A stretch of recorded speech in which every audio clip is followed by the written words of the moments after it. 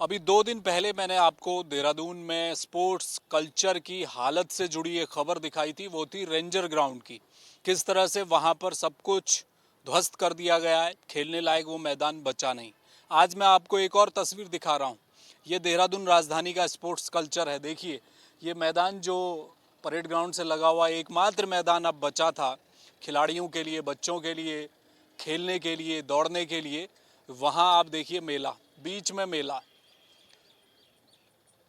एक मेला शुरू होता है, हफ्ते भर चलता है, वो हटता है, फिर दूसरा लग जाता है, फिर तीसरा लग जाता है, फिर कभी कोई कल्चरल इवेंट होते हैं। अब राज्य स्थापना दिवस का समय आ रहा है और इस बार तो 10 दिन तक जश्न मनाया जाएगा। तमाम तरह के कॉमेडी शोज़ होने वाले हैं, वो सब इन्हीं मैदानों में किए जाएंगे। अब हालात ये हैं कि यहाँ जो बच्चे खेलते हैं उनके लिए कोई व्यवस्था नहीं है। ये दिक्कतें राजधानी देहरादून में लगातार बढ़ रही हैं। खेल के मैदान, मैंने आपको बताया, लगातार कम होते जा रहे हैं। जो प्राइवेट एकेडमीज़ हैं वहाँ जाना मुश्किल है आम बच्चे का।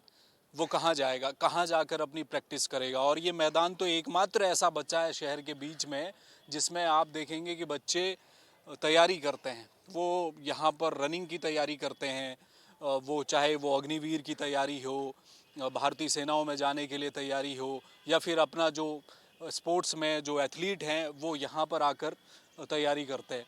वहाँ सामने आप देखेंगे इंफ्रास्ट्रक्चर भी तैयार किया गया है। किस तरह से वो आर्मी के लिए ख़ास तौर पर चिनअप के लिए और तमाम बैलेंस के लिए जो इक्विपमेंट है आप देखेंगे वो लगे हुए हैं।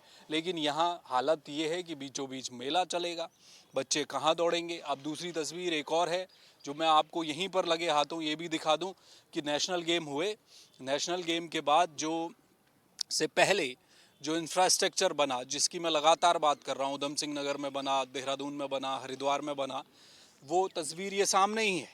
ये भी एक इंफ्रास्ट्रक्चर यहाँ तैयार किया गया। अब आप ये देखिए, जो इंडोर कॉम्प्लेक्स यहाँ पर बना है परेड ग्राउंड के साथ ही, ये तो सफ़ेद हाथी है, इसमें ताले लगे हुए हैं।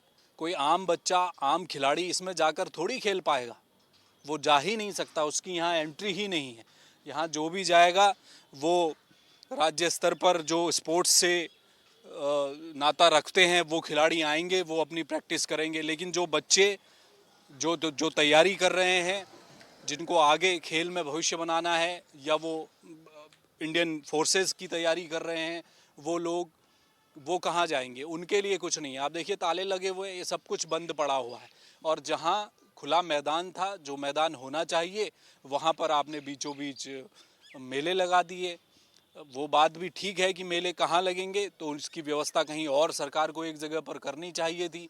एकमात्र खेल का मैदान जो शहर के बीचों बीच अब बचा है, उसमें भी आए दिन इस तरह से टेंट लगाकर तमाम तरह के सांस्कृतिक कार्यक्रम किए जाएंगे, तो बच्चे कहाँ जाएंगे। स्पोर्ट्स की तैयारी करने वाला बच्चा कहाँ जाएगा, ये बड़ा सवाल है। इसलिए मैं लगातार कह रहा हूँ कि राजधानी देहरादून में स्पोर्ट्स कल्चर धीरे धीरे ख़त्म किया जा रहा है। तमाम खेलों में उत्तराखंड की क्या स्थिति है, कैसे जो राष्ट्रीय स्तर की जो रैंकिंग है उसमें हम हर खेल में क्यों पिछड़ते जा रहे हैं।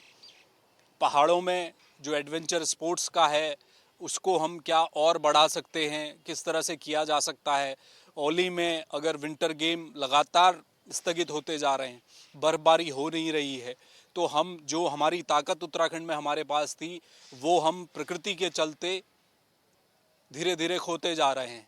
जहाँ पर इंडोर, जहाँ पर प्रैक्टिस कर सकते थे, जो कुछ जगहें बची थी, जो मैदान बचे थे, उनका हम अतिक्रमण करते जा रहे हैं। और ये सरकार के स्तर पर हो रहा है, सरकार को इस पर विचार करना चाहिए। अब देखिए ना, एक मैदान यहाँ पर खाली, उसमें उसमें टेंट लगाकर उसमें आप अपना मेला लगा रहे हैं, और दूसरी जगह जो कॉम्प्लेक्स बना है उसमें ताले जड़े हुए हैं, तो बच्चे कहाँ जाएंगे। पूरे देहरादून में, इस पूरे इलाके में, इधर ही से पीछे लगता हुआ करणपुर का इलाका है, हजारों की संख्या में यहाँ युवा रहते हैं। आप देखिए अभी भी ये दोपहर का वक्त है जब मैं ये बात कर रहा हूँ, और सामने आप देखिए ट्रैक पर आपको दौड़ते हुए नज़र आ रहे हैं लोग, वो अपनी तैयारी कर रहे हैं। सामने भी आप देखिए वो अग्निवीर के बच्चे जो उधर की तरफ तैयारी कर रहे हैं, वो इसी मैदान के लिए आए हैं, लेकिन बीच में तो इंक्रोचमेंट है, कहाँ जाकर तैयारी करेंगे।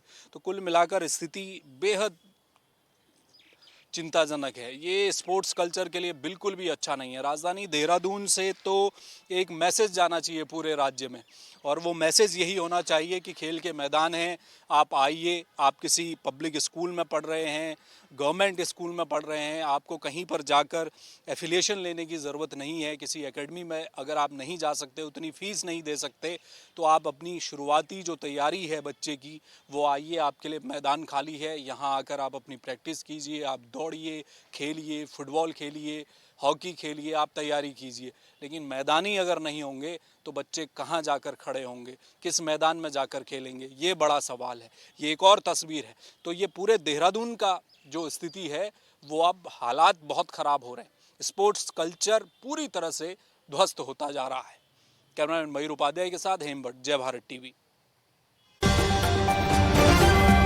आप देख रहे हैं जय भारत टीवी।